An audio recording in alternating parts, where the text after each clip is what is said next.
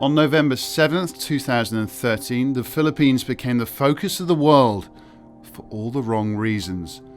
Typhoon Haiyan, the deadliest ever storm of its kind, swept through communities in the Southeast Asian country, devastating lives forever.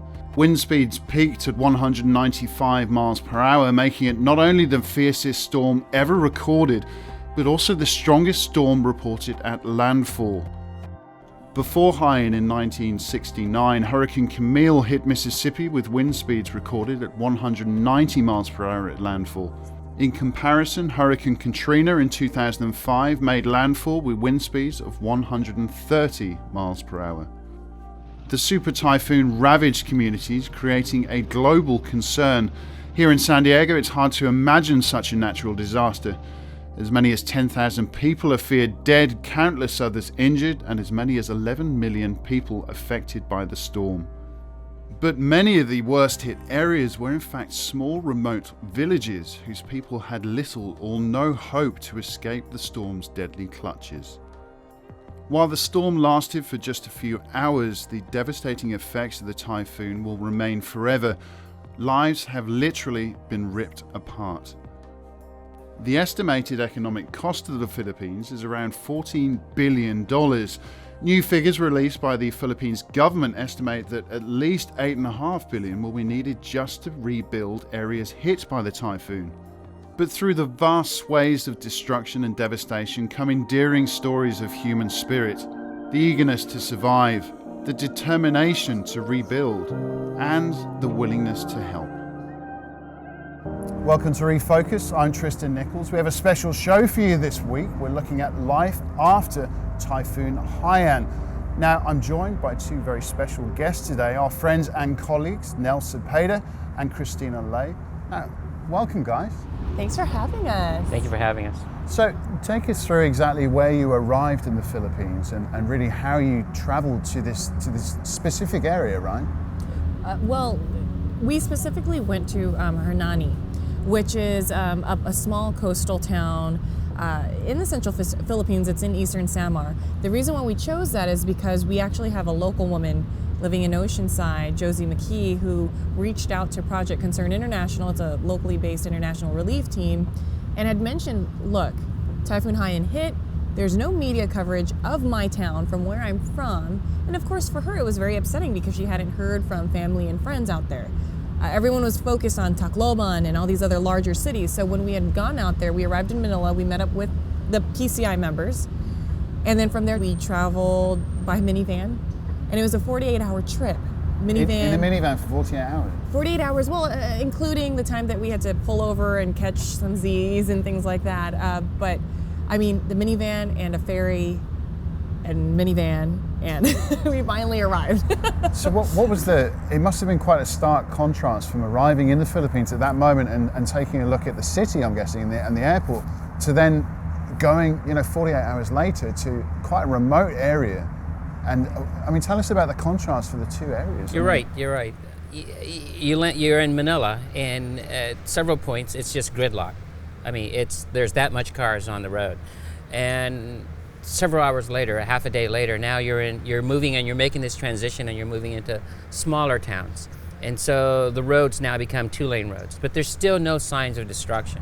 Could you see the effects of the typhoon over a number of hours? Was it, the area that the typhoon hit must have been quite a large area. What happened was, as soon as we got into this minivan and we were traveling such and such hours through the rain overnight, it wasn't until we reached the ferry, got into the ferry, we reached the other side of the other side of the island pretty much. And that's when you started to see bits and pieces of the damage, only because there were certain cities with the wind damage that had struck. I mean, there was electricity was out. Electricity was out. You could see signage was down. You could see the coconut trees, some were blown down. It was all wind damage. But it wasn't massive destruction just yet, and it took another 10, 12 hours for us to finally reach it, but you could tell. And I want to say that the feeling in the minivan was that it just got quiet. Yeah, nothing could really prepare you for what you're about to see. Everyone just got very quiet. I mean, Nell was out with his camera, and you were just letting it soak in. Okay. So after the break, we'll take a look at their incredible story, which features a range of interviews with people directly affected by the disaster.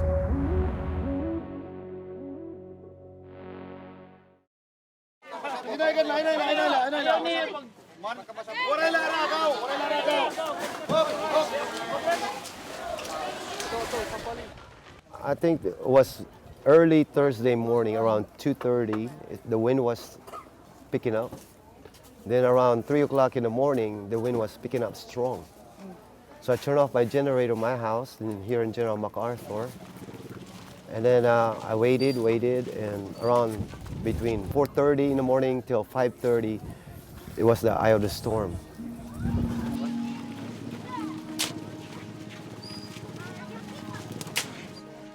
On the 12th day after Typhoon Haiyan unleashed its fury on this small coastal town in the Philippines, a woman's body is buried.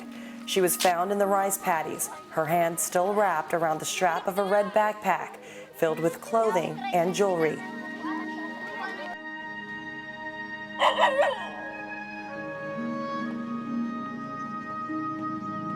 So just to give you a point of reference, we're about 500, 600 yards away from the ocean there, and survivors tell us that the waves came up so high. In fact, take a look at the coconut trees. They say where the leaves are brown, that's as high as the water reached. Hernani's 13 neighborhoods are now in ruins. A few structures stand, but with severe damage. Rebuilding has become a top priority for the people.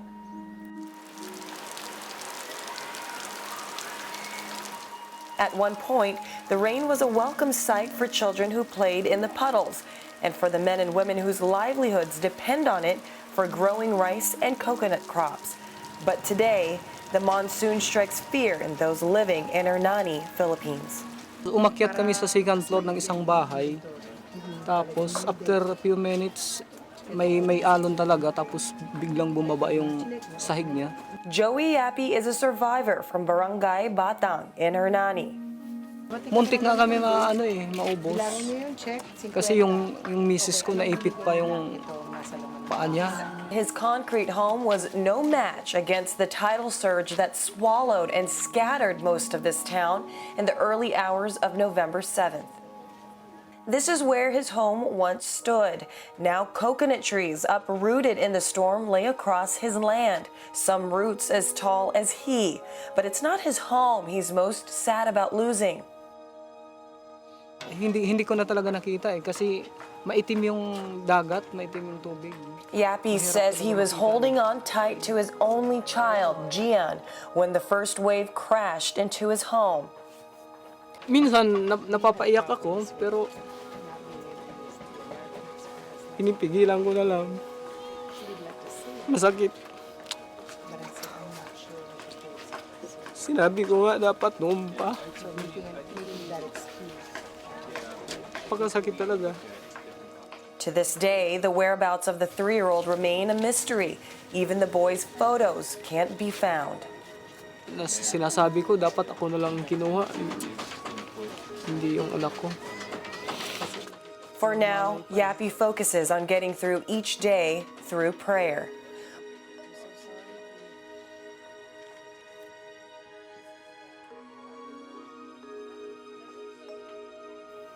With each passing day, the locals line up at the town proper arena, where names are read aloud and relief goods are distributed.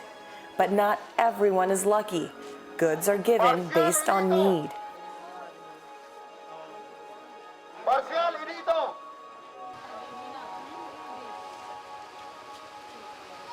But there is no rush nor fighting. Instead, they patiently wait, hoping for their names to be called.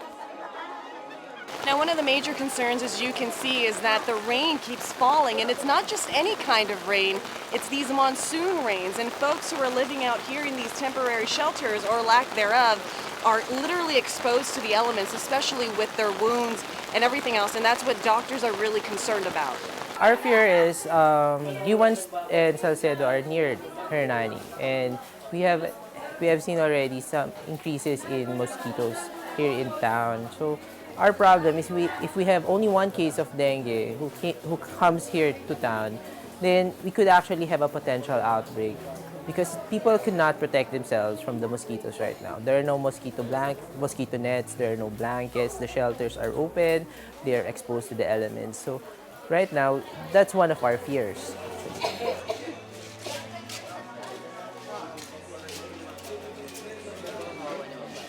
The Corderos have taken refuge in an elementary school classroom. No more house. House broken and flood. And cook instant noodles over an open flame to stay alive. On the other side of town, rain is a welcome sight. Families gather rainwater in buckets to be used for bathing and laundry. After nearly 48 hours of traveling by land and sea, Project Concern International arrived in Hernani, Philippines, a coastal town nearly washed out by Haiyan's destructive winds and water. These types of disasters, because of their magnitude, requires a certain magnitude of effort. And so we're really talking about millions of dollars to help recover fisheries, rice fields, homes. And so resources is going to be the challenge. PCI's Director of California Programs, Dr. Maria Reyes, was a shoo-in for the assignment. The Filipino-American helped bridge the communication gap, helping the people of Hernani understand PCI's long-term relief mission for the community.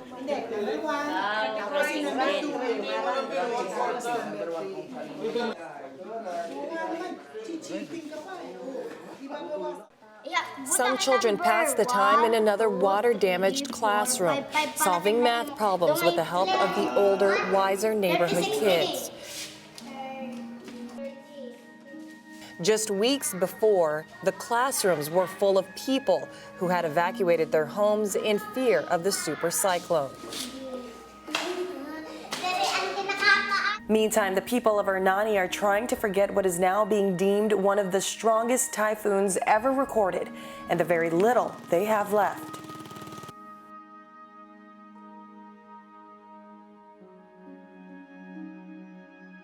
My kitchen was here in this place. In this place was my sink. Maridel Terencio of Hernani, Philippines jogs her memory, fitting pieces of the puzzle together now that her home is nowhere to be found. Siyempre, masakit din. Kasi, siyempre, kahit paano, kahit ganun lang yung bahay ko, pinaghirapan ko yun.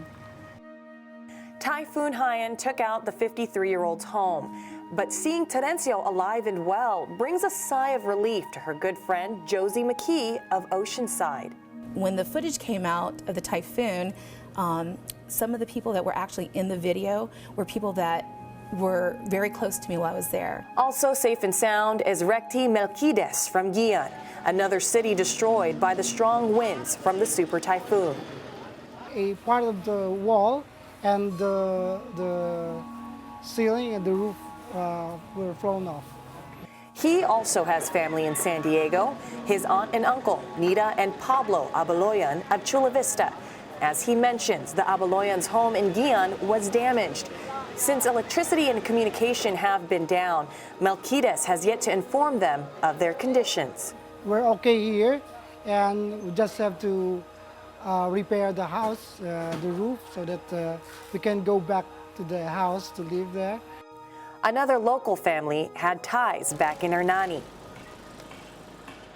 Now, Troy Thurgood lives in San Diego, California, and his wife, Lita Thurgood, actually has family and property here in Hernani. And when they asked us to check on it, here's the good news. House still intact, even after the typhoon. Lita Thurgood's relatives were found inside this home. Hindi pa ako tapos maglinis dito eh. Marami pang lilinisin. These days, Tersing Bandilla keeps busy cleaning the house. She explains their elderly aunt, Catalina Pagaspas, and a cousin have been taking shelter in the Thurgood's home temporarily as they've lost theirs. Bandilla expresses her gratitude. Yung bahay mo hindi nasira. Sila mamay dito sila nakatira. Sinabi niya, pag kumanhi daw yung kaibigan mo, sabihin daw nga, dito muna sila titira hanggat mayroon silang matulugan na iba. Yun lang. Salamat sa support.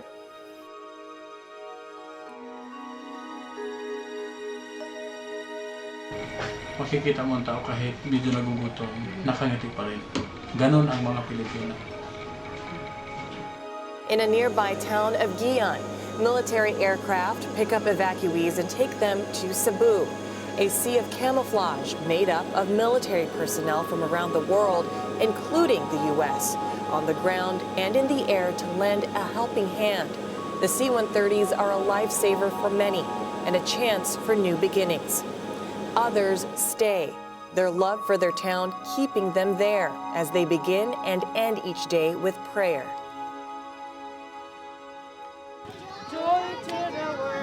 But not all is lost. The human spirit is strong, and even amidst the devastation, a smile and song.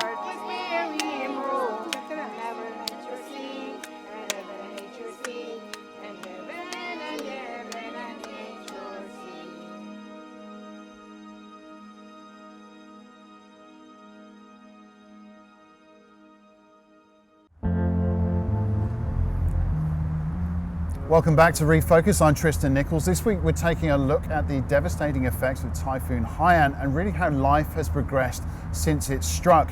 Now, we sent a two-person team out to the Philippines to report from the scene. They were the only San Diego-based reporters from the area out there. Now, Neil Cepeda and Christina Lay, they're still here. We've just seen your incredible piece. Really, tell us, what would they... We got a sense of the emotions there, but tell us, what was it like speaking to these people directly? It was definitely heart-wrenching. It was heart-wrenching because these are people that really started out with not a whole lot to begin with. Maridel, who you saw in the piece for one, lived in a Nipa-style style home. And she expresses even in the piece that, you know, while her home was small, it's something that she worked very hard with her husband, who, by the way, is no longer with her. So it was almost like double the whammy, because not only did she lose her husband a couple of years before the typhoon hit, now she's lost her home. And that was almost just, it was something that her and her husband had built together, that kind of life together. So it was definitely heart-wrenching. And I'm always in awe, because when you're walking around and you're shooting photos and you make eye contact with your subjects, just in awe about how inviting they are. You know, I mean, it's monsoon season time, so it's raining every hour, and when the rain pours, it really comes down, but people motion to you to just come on over and take shelter in what little they have. Now, is there a sense of optimism for the future, that things are going to get better? Did you get that sense while you were there? I got that sense. I think they have no other choice but to be optimistic. I mean, when you walk through the streets, the men are pulling nails from lumber to recycle the nails. They're retrieving lumber so they can rebuild their huts. And the children are running about. You hear laughter all through the whole town. And at one point in the classroom, you saw 4 school kids, because school is closed, and one child took it upon herself to just write down math problems for the younger kids. Is it quite a religious area that you were? I mean, were they asking themselves really, why did this happen to them? You know, to be honest, I never heard anyone complain. Really? Not once. Of course they were sad. I mean, when as journalists, you're going to ask them, you know, how do you feel, how, you know, and things of that nature. But they were very quick to say, well, you know, what's done is done. Of course they're sad, but just kind of what Nell mentioned, they have to move on. There's no other way. And there are times when they would get emotional, but it wouldn't be like they would get emotional right away. It would be long into the interview before they started to show if it were tears or if it was, you know, it just, they're such resilient people. And I really got the sense that they wanted to rebuild as quickly as possible. And they weren't waiting for anyone. They weren't waiting for the local government to help them out. I mean, there were already temporary shelters put up even before the tarps came. What would be the resounding image in your head, really, of your time there? For myself, it's an overstanding thing with Maridel. I mean, here's a woman who's essentially homeless, and yet she spent long days working with Christina and I, showing us around.